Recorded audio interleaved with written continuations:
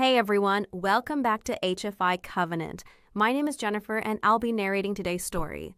This is a completely original human-written work of science fiction. So settle in, get comfortable, and let's jump right in. The last thing Caleb Hunter remembered before the world became fire and screaming metal was Doss laughing. That was the thing about Doss. He always laughed at the wrong moment. They'd be bleeding out in a trench somewhere and he'd find something funny. A misplaced boot. A comm glitch that made the CO sound like he was singing opera. He laughed, and somehow the fear became manageable. That was the gift of it. Doss had been laughing at something on the nav screen. Caleb never found out what. When the Xylari interceptor materialized out of the chromatic shimmer of its cloaking field and punched straight through the forward cabin at 300 meters per second. After that, there was only the storm. Caleb came to with his face pressed against a slab of ochre rock, his helmet's internal HUD strobing warnings in red and amber across his cracked visor. He ran a manual systems check the old way, the way Sergeant Alcafor had drilled into them on day 3 of shock trooper orientation. By flexing each limb in sequence and listening, left arm responsive, servo in the elbow clicking slightly but functional, right arm heavy, something wrong with the shoulder actuator but movable, legs both responding, head attached, which was more than he had expected. He pushed himself upright, and the full scope of what had happened assembled itself around him in pieces. The dropship, his dropship, Doss's dropship, was spread across 300 meters of canyon floor in what the wreckage analysts back on Meridian Station would have clinically described as a high-velocity terrain interface event. Caleb would have described it differently, but the words that came to mind were not the kind he had the energy for right now. Twisted hull plating jutted from the orange dust like broken teeth. The forward cabin, where Doss had been sitting, was simply gone, sheared off on impact, and distributed across the canyon wall like a lesson in physics that nobody had asked for. Doss, he said it quietly, automatically, and the name fell into the wind and was lost. The wind. He registered it properly for the first time. A rising, oscillating moan that came from everywhere and nowhere, channeled by the deep canyon walls into something that felt almost deliberate, almost hungry.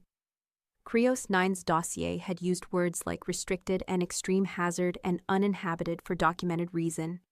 Standing in the wreckage of his dropship on the floor of a canyon that looked like it had been carved by something angrier than water, Caleb was beginning to understand the documentation.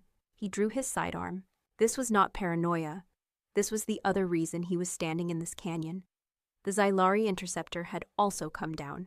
He could see the evidence of it on the far canyon wall, a long black scar of scorched rock, where it had skipped like a stone before vanishing around a bend in the canyon.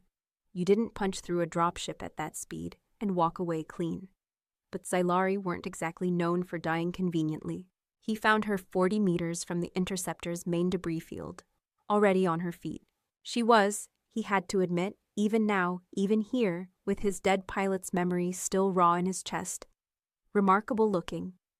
Orange skin the color of a sunset on a world with 2 suns, silver hair still somehow braided despite everything it had just been through, pointed ears framing a face that was currently arranged in an expression of absolute lethal focus. She wore armor that Caleb's professional eye immediately categorized as not enough of it. Elegant filigree over hardened leather, the kind of thing designed for an agile, energy-shielded combatant, rather than someone who expected to absorb hits. The ornate pauldrons were cracked. There was blood at her temple, the same vivid copper orange as her skin, dried already in the thin, hot air. Her weapon was up, some kind of ether lance, slender and currently pulsing with pale gold light. It was pointed at his chest. His sidearm was pointed at hers. They stood there for a 3-second eternity, each waiting for the other to give them something to react to. Above and around them, the wind intensified. A loose piece of his dropship's hull plating shifted and scraped across the rock, and they both tracked it and then returned to each other. Human. Her voice was melodic even doing this, even treating the word like an accusation. Xylari, he matched her tone for tone. High Inquisitor's markings on that armor, fancy posting for an ambush mission. Something shifted in her expression, a fractional tightening around her silver eyes, which told him he'd scored a point. She'd known they were coming. It hadn't been a random encounter. The cloaking field, the angle of intercept. She'd been waiting for them. You were carrying restricted materials, she said, through hegemony-claimed space. We were carrying medical supplies to the 14th forward position on Gallios 4. He kept his aim steady, but you already knew that. That's why you hit the forward cabin first. Kill the pilot, strand the cargo, claim classified contraband in the incident report. That tightening again. Smaller this time, controlled. She was good. Your pilot is dead. He said it flat and clean because there was no other way to say it. His name was Corporal Dos Favero. He was 26. He had a daughter on New Canton. He paused. I'll remember that when this is over. The implication was clear. She heard it. Her grip on the lance shifted slightly. Not a flinch, but an acknowledgement. You cannot survive on Krios 9, she said. No one can. The planet's mineral composition creates an ether null field that... I know what Krios 9 is, he said. You want to finish each other here, or you want to explain to me why the sky is doing that? She glanced up despite herself. He didn't. He'd already seen it. The sky above the canyon was changing color. The thin yellowed atmosphere of Krios 9 was gathering. Literally gathering. Like something enormous was breathing in. And the distant horizon had gone dark in a way that had nothing to do with the local star's position. The darkness moved. It churned. And within it, backlit by the static discharge of the planet's perpetual low-level ionization, he could see shapes, large shapes, moving fast. The kinetic monsoon was not a metaphor. It was not an exaggeration in the hazard documentation. It was a moving wall of everything the planet's surface had accumulated over 10,000 years of identical storms. Boulders ground to razor edges by previous passes, hull fragments from previous crashes, super-compressed air moving at velocities that would turn human bone to powder. It was approximately 4 kilometers away. It was moving at approximately 200 kilometers per hour. The math was unfriendly. We need cover, he said. Now. She tried the shield anyway. He supposed he understood it. When you had a solution that had worked for your entire life, when the elegant golden fire of ether energy had always risen to meet every threat, every blade, every ballistic, you reached for it first. It was muscle memory for a species that had built its entire military doctrine around energetic superiority. The pale gold light gathered at her fingertips. He watched it happen. Watched the lance dim as she redirected power. Watched the ether begin to form the characteristic convex shape of a personal deflection shield. And then watched it gutter, sputter, die. Like a candle in a vacuum. The Xylari High Inquisitor stared at her own hands with an expression he had no human frame of reference for. It was too alien to map cleanly, but if he'd had to name the emotion in a human face, he would have called it foundational terror. Not fear of the storm, fear of the absence of something that had never been absent before. The mineral dust, she said, barely audible. It's already in the air. The silicate composition here, it bonds with free ether particles, and... Not now, he said, scanning the canyon. Lecture later. Move. There was a crevice in the east wall. Not a cave. Not yet. Just a deep vertical crack in the rock face, where ancient tectonic stress had split the canyon wall and left a narrow shadow. Maybe 3 meters deep. Maybe more. It would not stop the storm. It might stop the first debris surge, long enough to... The leading edge of the storm hit the top of the canyon wall above them. The sound was indescribable. It was not a roar, and it was not a crash. It was the sound of physics demonstrating its indifference to anything that had the presumption to exist in its path. A section of the canyon rim simply ceased to exist, pulverized into a horizontal column of dust and rock spray that howled down the canyon walls like a horizontal waterfall. And ahead of it, moving as a kind of terrible herald, came the first boulder. It was roughly the size of a ground transport vehicle. It was spinning. It was moving sideways, actually sideways, carried horizontal by wind velocities that ignored gravity's opinion on the matter. It crossed the 200 meters between the canyon wall and their position in a time span that Caleb's hindbrain registered as not enough, and his conscious mind registered as now. He was already moving. He crossed the distance between them in 4 strides, and he hit her with his full armored mass, 230 kilograms of powered plate at a dead sprint, and drove them both sideways and down into the crevice's entrance as the boulder hit the ground where they had been standing. The impact transferred through Krios 9's bedrock and into his bones even 30 meters away. The crash site, the debris field, the torn hull plating, the pieces of the dropship that had survived impact, was simply gone, replaced by a smear. They were pressed into the crevice, both of them breathing hard, his armored bulk wedged against the rock wall, and her shoved against him by the simple geometry of available space. She said nothing. He felt her hand, bare, orange-skinned, far too cold already in the heat-stripping wind, press flat against his chest plate, steadying herself. He kept his eyes on the canyon. "Deeper," he said. "We need to get deeper." That was the leading edge. The main body is still. As if in confirmation, the sound changed. The intermittent howl became a constant roar, and then it became something past roaring, into a register that was less sound and more vibration, experienced in the sternum and the fillings of the teeth. The light in the canyon shifted as the storm's main body blocked the star. They went deeper. The crevice became a cave approximately 8 meters in, where the original stress fracture had encountered a harder substrate and been forced sideways, opening into a roughly oval chamber, perhaps 4 meters wide and 2.5 meters high. Natural formation, carved by water, probably, in some earlier geological age when Krios 9 had been a different kind of dying. The walls were smooth in places, rough in others, threaded through with dark mineral veins that caught what little light came from his helmet's built-in lamps in faint iridescent gleams. They stood at opposite ends of it, or as opposite as 4 meters allowed, and looked at each other while the storm howled distantly at the cave entrance and the sound of impacts, regular, percussive, like a god drumming on the canyon floor, marked the storm's continuing passage. "I should kill you now," she said. She was rubbing her hands together, a human gesture he didn't expect from her, but the cave was cold and she was clearly feeling it. "While you're still in an enclosed space with me, you probably should," he agreed, setting his back against the cave wall. He performed a slow, methodical check of his suit's systems, eyes on the HUD rather than on her, which he calculated she would find simultaneously insulting and interesting.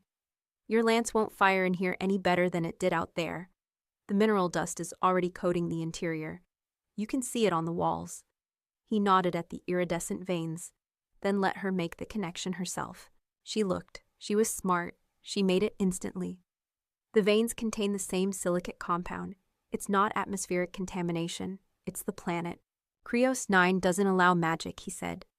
"That's what the documentation says, in language that's a bit more scientific. Always thought that was interesting wording. Doesn't allow, like it has opinions about it. Ether is not magic." The reflexive correction came before she could stop it, and she caught herself, and the tiniest fraction of something that wasn't quite embarrassment crossed her face. "It is a quantifiable energy field present throughout the—" "I know what ether is."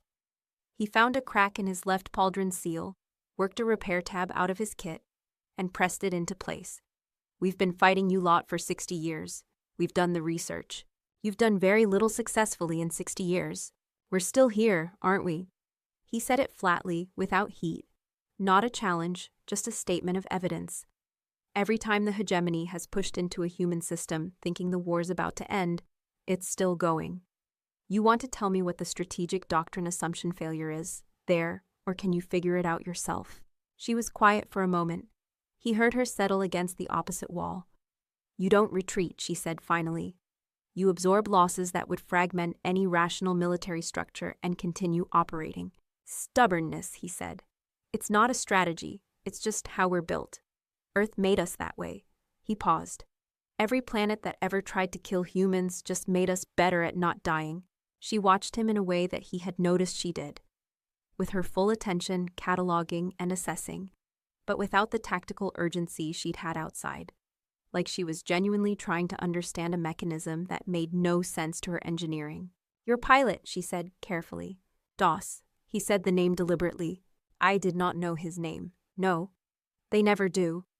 Not said with bitterness, just with the weariness of a man who had said it many times before, at many similar moments, in many similar caves. "That's part of the problem." Silence. The storm continued its percussion outside. Then she said carefully, like she was testing the structural integrity of the sentence as she built it, I was given intelligence that the 14th Forward was running weapons to the Independence faction on Gallios 4. I acted on that intelligence. Was it true? A pause, longer than it should have been for a yes. I am now, less certain than I was. He nodded slowly. Medical supplies for the 14th Forward refugee camp. I was there when they were loaded. I counted the crates. He looked at her. Someone wanted that run interdicted. Someone gave you bad intelligence because it was easier than explaining the actual politics to you. She sat with that for a moment. He watched her sit with it, watched the precise, regal architecture of her expression, process something that was clearly not the narrative she'd been operating under. We should discuss the immediate situation, she said, finally. Agreed. But neither of them mentioned their weapons again that night.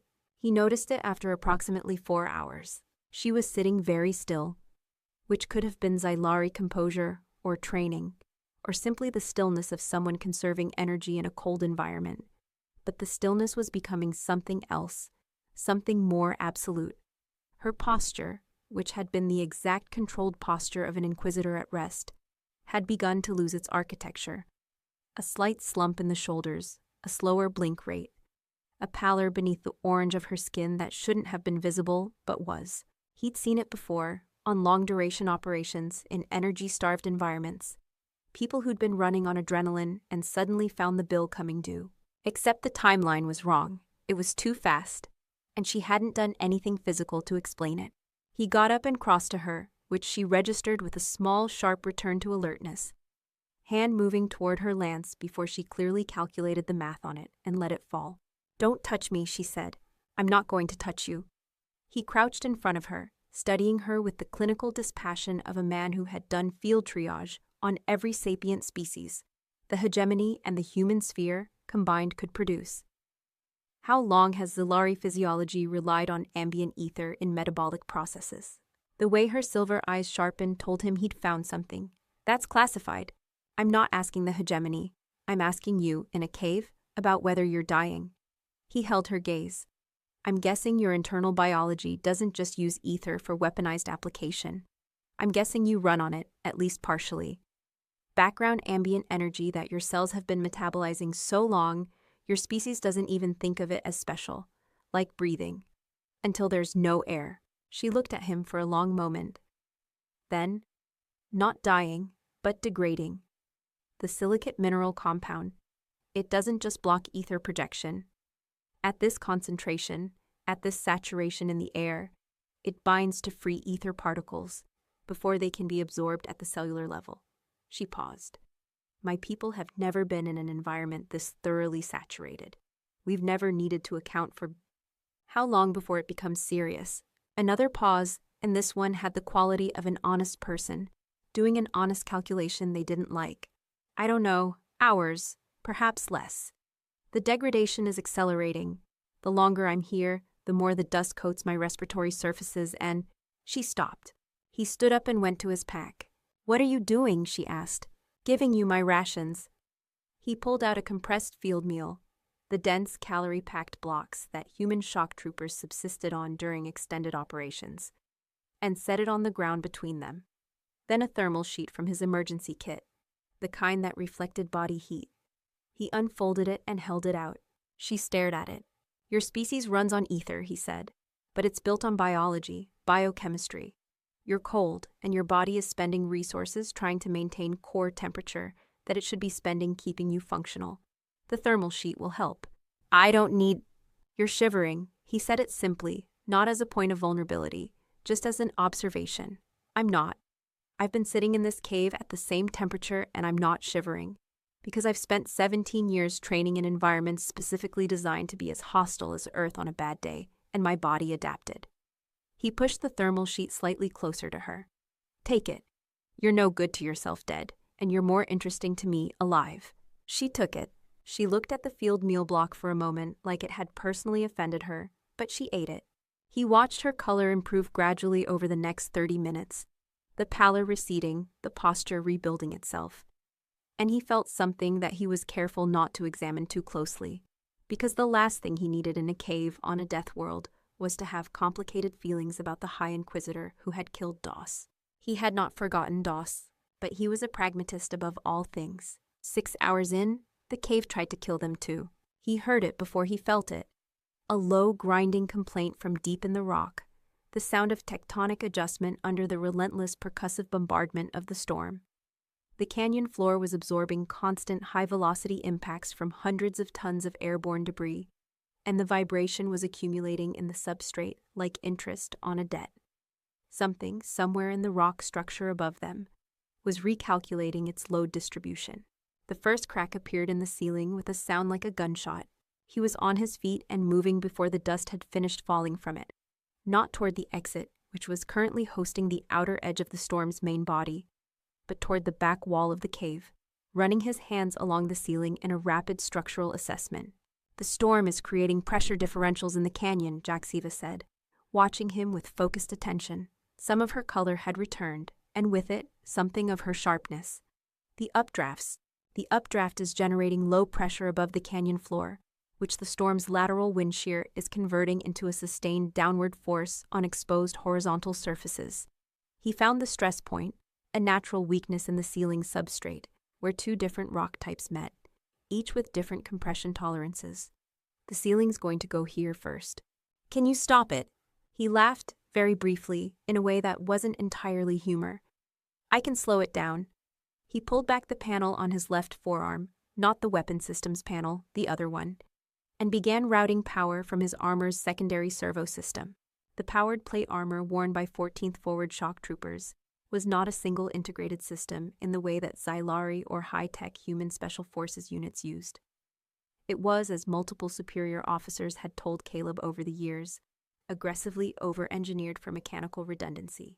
It had redundant systems in places that most designers wouldn't bother with redundant systems. It had manual overrides for its manual overrides. It had been designed by people who had learned, through expensive experience, that energy systems failed in hostile environments, and that when they did, you wanted your armor to still work, just more slowly and with more physical effort. What it had specifically that Caleb now needed was a manual hydraulic winch system integrated into the chest and shoulder assembly, designed for moving obstacles in collapsed structure environments, not designed for preventing cave-ins on alien Deathworlds. But the physics didn't care about design intent. He found a section of hull plating from the crashed interceptor that had been blown into the cave during the first storm surge, a piece approximately 2 meters long and dense enough to function as a load-bearing horizontal member, and got it positioned under the cracking section with Jaxiva's help. She was weaker than she'd been, but she was functional, and she followed his directions with the focused precision of someone who was good at following precisely articulated instructions, even when she didn't fully understand the underlying reasoning. "Hold that," he said, positioning her hands on the plating. "It's going to fall." "Not yet, it isn't." He engaged the winch, threading the cable up over the natural curve of the cave ceiling and anchoring it to a protrusion of harder rock on the opposite wall, a natural buttress that his hands told him was denser than the ceiling substrate. He tightened the cable until it sang. The crack stopped spreading. It didn't close, but it stopped spreading, and the piece of interceptor hull took the load that the ceiling had been quietly transferring to its weakest point, and the cave did not collapse. Jaxiva looked at the cable, at the hull plating, at the improvised buttress system, then at him. "You engineered that," she said, as if the word engineering required additional qualification to be properly applied to what she'd just witnessed. "I propped up the ceiling with a winch and a piece of your ship," he said. "It's not elegant." "No," she said slowly, "but it works." "Yeah?" He checked the cable tension one more time. "That's generally the point." The vacuum lash hit 3 hours later. He'd been sleeping, the disciplined, shallow, instantly interruptible sleep of a veteran soldier, when the change in air pressure woke him. It was a subtle change, a fraction of a bar, the kind of thing that untrained humans wouldn't register. Caleb's sinuses registered it like an alarm because 17 years of high-G training and hostile environment operations had turned his body into a very specific kind of instrument. He was upright and scanning before his conscious mind had caught up with what he was doing. The breach was in the eastern wall, a section of fractured rock that the ongoing external storm bombardment had been working on from the other side with the patient, cumulative diligence of physics. A crack, a gap, and through it a sound that his brain filed simultaneously in the category of wind and the category of not wind. Because normal wind did not carry that undertone of crystalline whistling, that specific signature of air moving at velocities that turned particulate matter into sandblasting. "Get up," he said. Jaksiva was already awake. She'd been more alert than she let on, he'd started to realize. "The wall, I see it." He was already moving to the breach, pulling his kit. The vacuum lash is a secondary phenomenon. When the main storm body displaces air on one side of a canyon wall, the pressure differential can create lateral suction events through fractures in the rock. He got his hands on either side of the crack, feeling the pull of the differential. Through the gap, the outside temperature hit his fingers like a blade. Krios 9's skin stripped away cold, the kind that existed at altitude when the storm's movement created extreme, local temperature drops. He reached into his kit and found the emergency sealant foam, a high-density expanding compound that the 14th Forward used for hull breaches on armored vehicles, rated for temperature extremes that most industrial applications didn't bother testing for. He had 2 cartridges. He needed them both. The problem was the gap was at shoulder height, and the pull of the differential was already working against him, trying to drag the foam application nozzle sideways before it could set. He would need both hands, which meant no grip on the rock face, which meant the same differential pulling at him. He braced his feet, magnetic clamps in the boot soles, another piece of redundant engineering that most Xylari military designers had decided was unnecessary weight, and engaged them against the cave floor and began working. It was cold. It was specifically, precisely, maliciously cold. The kind that didn't creep in gradually but arrived all at once, finding every gap in his armor's thermal insulation and settling in to stay. His hands outside the suit's protection went from numb to burning to a specific focused agony in about 90 seconds. He kept working. The foam expanded on contact, sealing the upper section of the breach. He moved down, reseating his magnetic grip, applying the second cartridge to the lower section. The differential fought him, a sustained lateral pull that he was opposing purely with the magnetic clamps and the muscle of his legs. And the cold worked on his hands and his face, where the cracked visor let in thin needles of the outside air. Then Jaksiva was beside him. She didn't try to help with the foam. She'd understood immediately that this was a task requiring his hands and his knowledge of the specific compound's application properties. What she did was plant herself behind him, both of her hands gripping his shoulder harness and hold.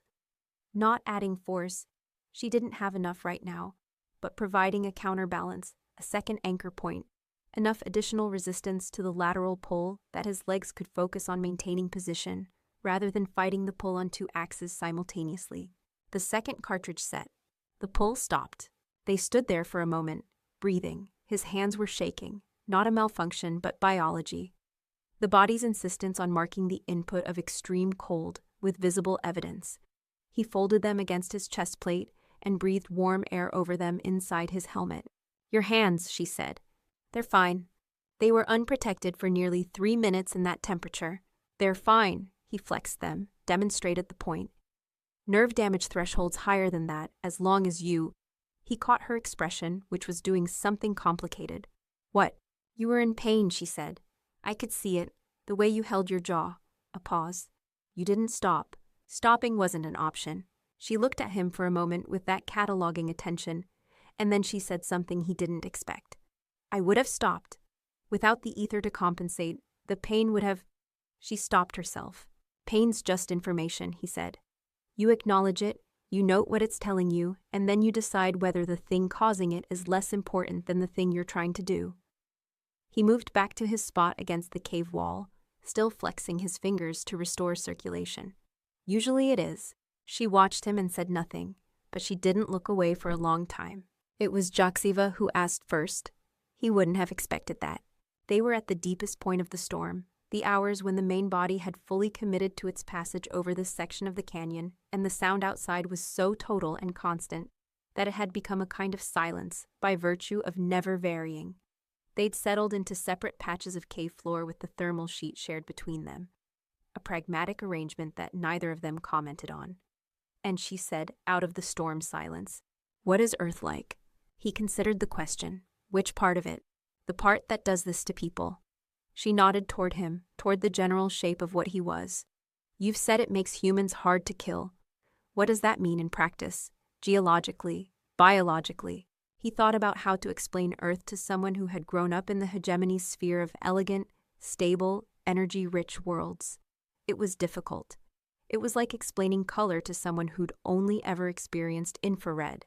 High gravity first, he said, higher than most inhabited worlds.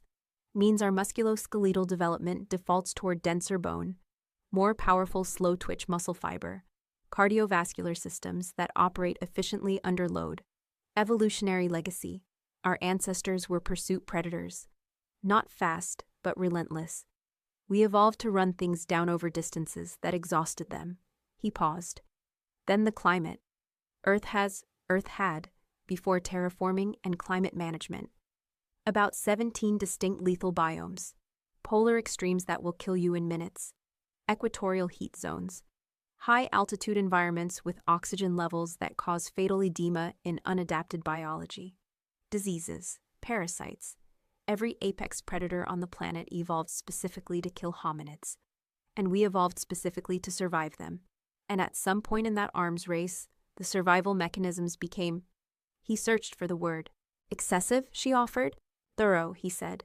Our pain tolerance is calibrated to a planet that's trying to kill us. Our endurance is calibrated to a planet that's trying to kill us. Our problem-solving under stress. He gestured at the propped-up ceiling, the sealed breach, the arrangement of their survival over the past 12 hours, is calibrated to a planet that's trying to kill us. She was quiet for a moment. My homeworld, Xylara Prime. The atmospheric processors have been active for 11,000 years. The temperature range has not varied more than 4 degrees in recorded history. The last apex predator went extinct before we developed writing. She paused. I have trained for combat my entire adult life, and I am considered exceptionally skilled. And I cannot do what you have done in this cave. I'm not exceptional, he said. I'm typical. This is what the hegemony keeps misunderstanding. I'm not remarkable for a human. I'm standard issue. She was very quiet. The soldiers you've been fighting, he said. The ones who keep not dying. They're all like this. 17 years of training on top of 3 million years of evolution that had exactly one goal. And the goal was survive the next day. You want to know why the war hasn't ended in 60 years? Because you went to war with a species that Earth built specifically not to stop. She paused. That is a genuinely disturbing strategic assessment. I know, he almost smiled in the dark. Imagine being the one who has to make it. Then she said, the intelligence about your mission, the person who gave it to me, I know who it was. A beat. I knew who it was before we left hegemony space. I told myself it was credible because I trusted the source. Another beat. I trusted the source because it was politically convenient for me to trust the source. He listened. I will not pretend that your pilot, that DOS, she used the name carefully, like something that deserved care, would be alive if I had thought more rigorously before acting on that intelligence. I will not pretend that, because it would be false. I acted on what I was given, but I chose to believe it without sufficient evidence. She stopped. I am telling you this because it seems like the kind of thing that should be said. He sat with it. It wasn't justice. It wasn't even close to justice. But it was... what? An honest accounting, voluntarily offered, from a position of disadvantage, which made it more honest, not less. Thank you, he said finally, for saying it. Neither of them spoke for a while after that. But the silence was different. It had changed its character into something that was not exactly comfortable, but was no longer hostile. And in the circumstances, he would take it. The lull announced itself as a drop in the ambient roar. Not silence, never silence, but a reduction to something his eardrums could parse as individual sounds rather than one continuous event. He was up immediately, cross-referencing his HUD's barometric data with the weather patterns documented in Krios 9's hazard files. The eye of the kinetic monsoon was a known phenomenon, a region of relative calm at the storm's center, roughly 4 kilometers in diameter, that moved with the main body. It lasted between 40 minutes and 2 hours, depending on storm scale.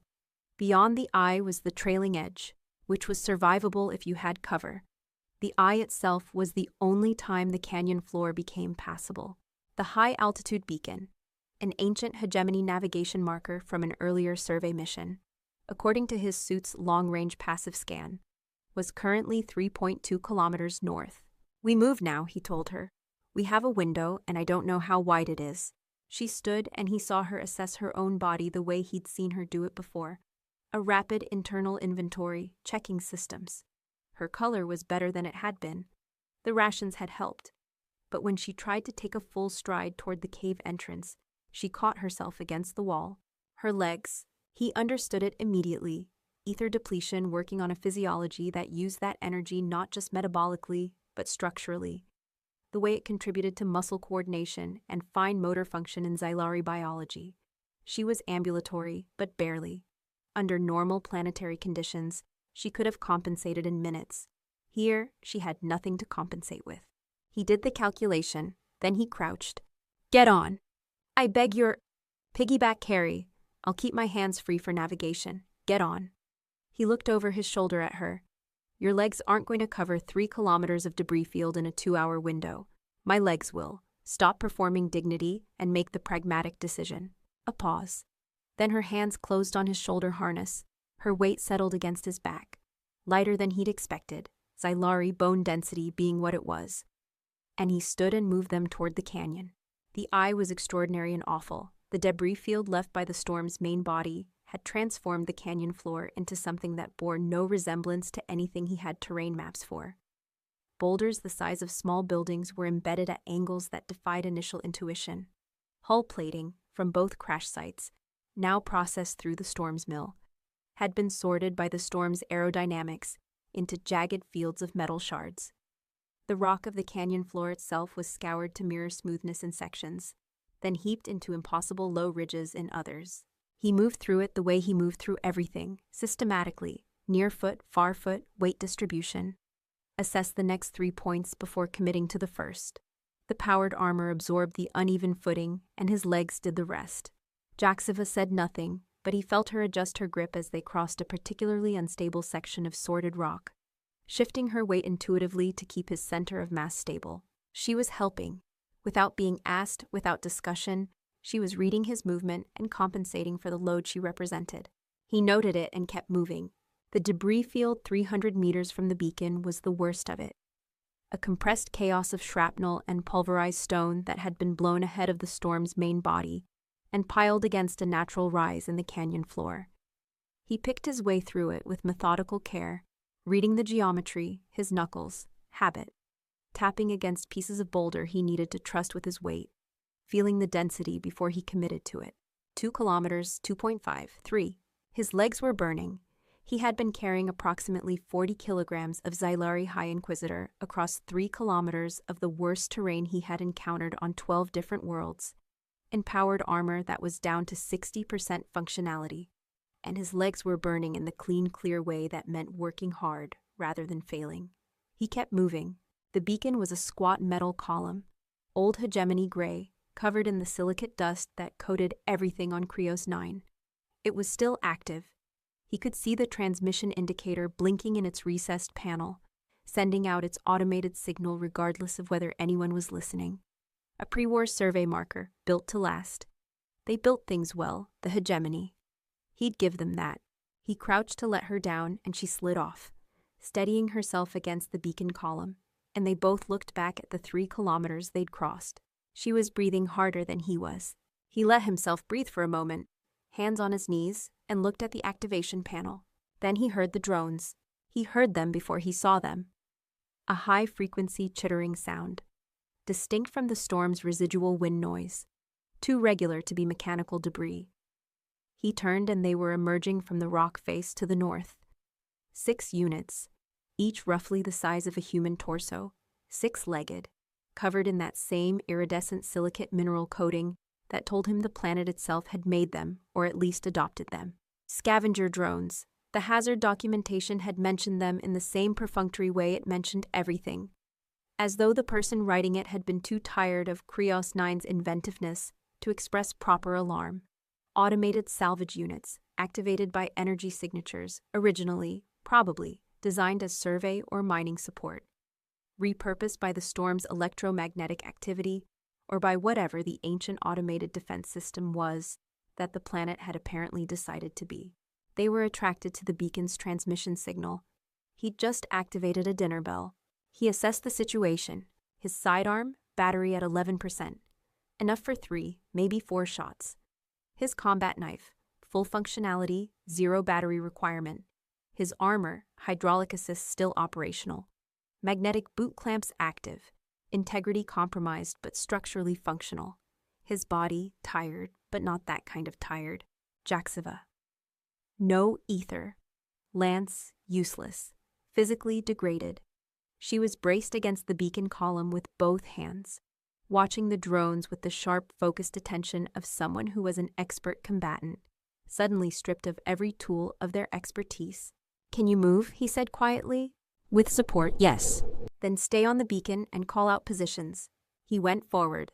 The first drone came in fast, faster than the documentation's speed estimates, which he mentally noted was a recurring problem with Krios 9's documentation in general. And he sidestepped the leading legs, caught the unit's chassis with one armored hand, and drove it into the canyon floor with enough force to shatter its sensor cluster. It kept moving, damaged, not destroyed. And he put his boot on it, engaged the magnetic clamp, and drove his knife through the gap between its front and mid-chassis sections. It stopped moving. "2 from your left," Jaxiva called. He pivoted left and took the hit. 2 drones impacting his chest plate simultaneously, the force of it rocking him back 2 steps. The armor held. He brought both hands up between them, got purchase on their respective chassis, and used their own momentum and his legs to redirect them into each other. Ceramic cracked against ceramic. He stepped in, knife work, fast and precise, and without any elegance whatsoever. The battery pack, he'd pulled it from the dropship's emergency kit before they'd left the cave. A depleting power cell from the survival beacon, still holding maybe 15% charge. He'd been thinking about it as a weapon for the past 2 kilometers. Not a good weapon, not a safe weapon. But if he brought it close to a drone's energy harvesting sensors that would be optimized to detect and draw power from any available source, he triggered the release on the power cell's safety housing as Drone 4 closed on him, and tossed it underhand in the drone's path. The drone's sensors found it instantly, and it pivoted to intercept, pulling toward the power source with a focus that briefly overrode its pursuit logic. And in that pivot, its leg geometry was wrong, its chassis tilted, and he hit it from the side, while it was optimized for something other than being hit from the side. 5 down, 1 remaining. The last one had gone for Jaxiva. He covered the 20 meters between them at a dead sprint. The legs that had carried her 3 kilometers still had this in them, still had exactly this much left.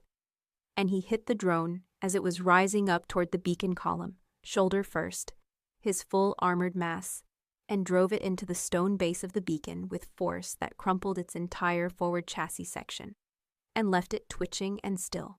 He stood over it, breathing, knife still in his hand, blood on his knuckles from a gap in the armor where a drone leg had found the seal.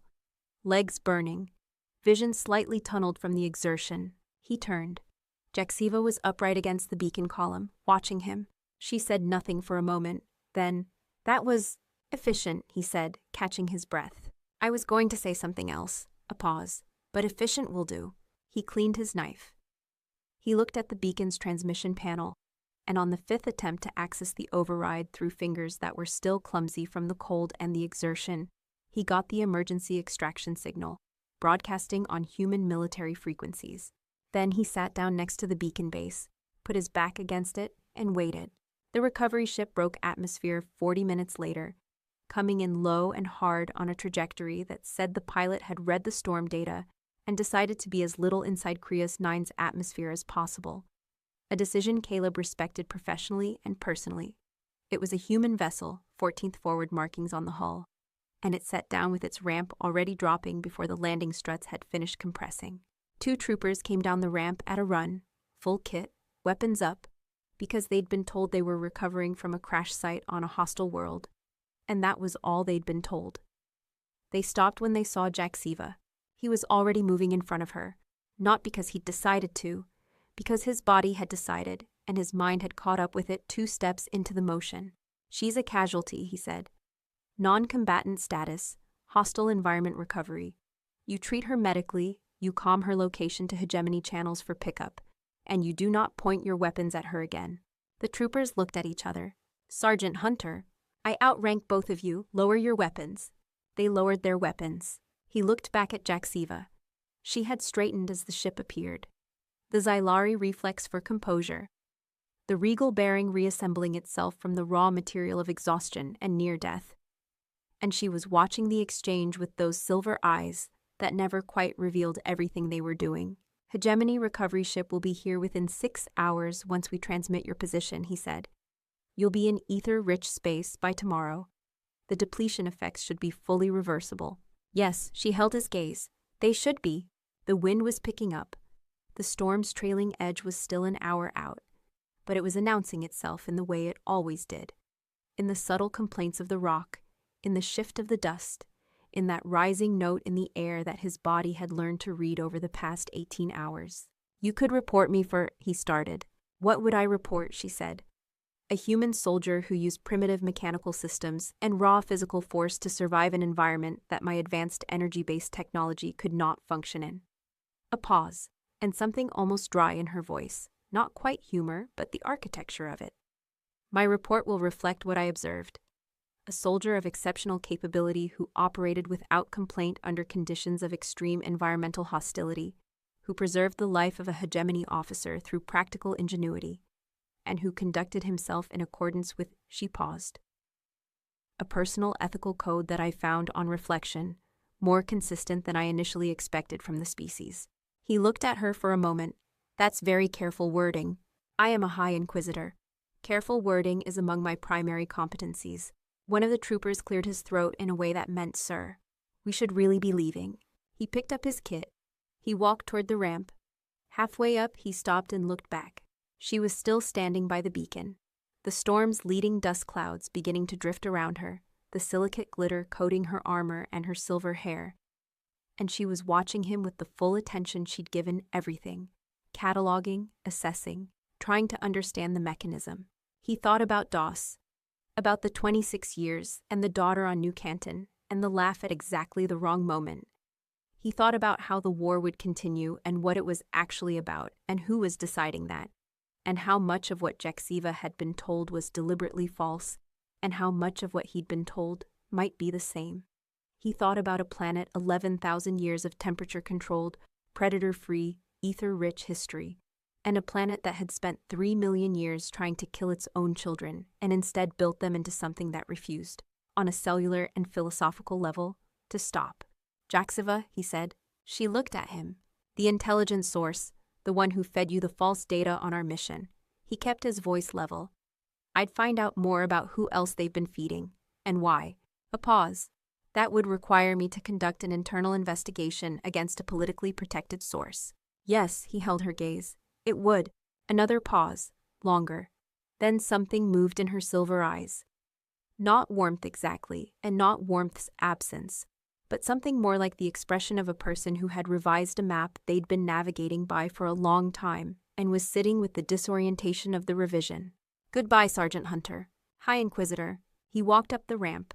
The ship lifted hard and fast, the way every ship lifted off Krios 9, with the urgency of something that had no desire to find out what else the planet had in inventory. Through the viewport, as they broke the cloud layer, he watched Krios 9 recede. The canyon systems, the storm's trailing edge, the last glint of the beacon column with its small orange figure beside it. The trooper next to him followed his gaze. Sir, was that? A survivor, Caleb said. We rendered assistance to a survivor. He turned from the viewport. Log it that way. The trooper, to his credit, logged it that way. He found a seat near the back of the recovery bay, set his back against the hull, and closed his eyes. His legs had stopped burning and started aching, which was the body's indication that the emergency was over and the bill had arrived for services rendered. His hands were intact, some cold damage to the surface capillaries, nothing permanent. The medic would clear him in an hour. His shoulder actuator was still clicking. He'd have maintenance look at it on Gallios 4. He thought about the medical supplies that hadn't made it, the camp on Gallios 4 that was waiting for them, the next mission, and the one after that, and the one after that.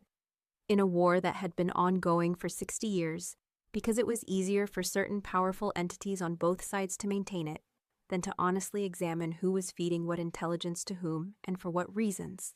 He thought about DOS one last time, let himself do it properly without the battlefield compression that had kept it functional sized for the past 18 hours. DOS laughing at something on the nav screen. 26 years old.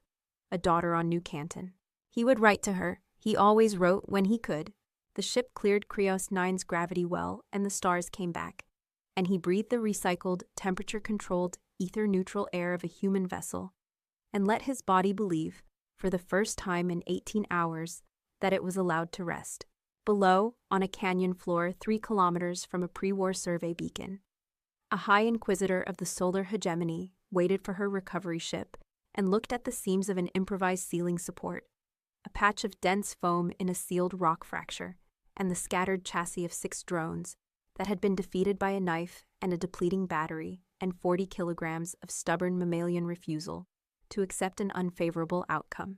She had a report to write. She had an investigation to open. She was beginning to think, a very great deal of thinking to do about the nature of strength, about what it meant when the most sophisticated energy manipulation technology in the known sphere flickered and died, and what was left standing in the silicate dark was something that had been built over 3 million years on the foundational principle that nothing this planet throws at you is worse than what came before. And you survived that too. The recovery ship broke the cloud layer from the north. She straightened her silver hair, reset the architecture of her posture, and walked toward it. The war would continue, but maps, once revised, are very difficult to navigate by again. And that brings us to the end of today's story. Thanks for taking the time to listen. I really appreciate it. This channel is all about original, human-focused science fiction, and every story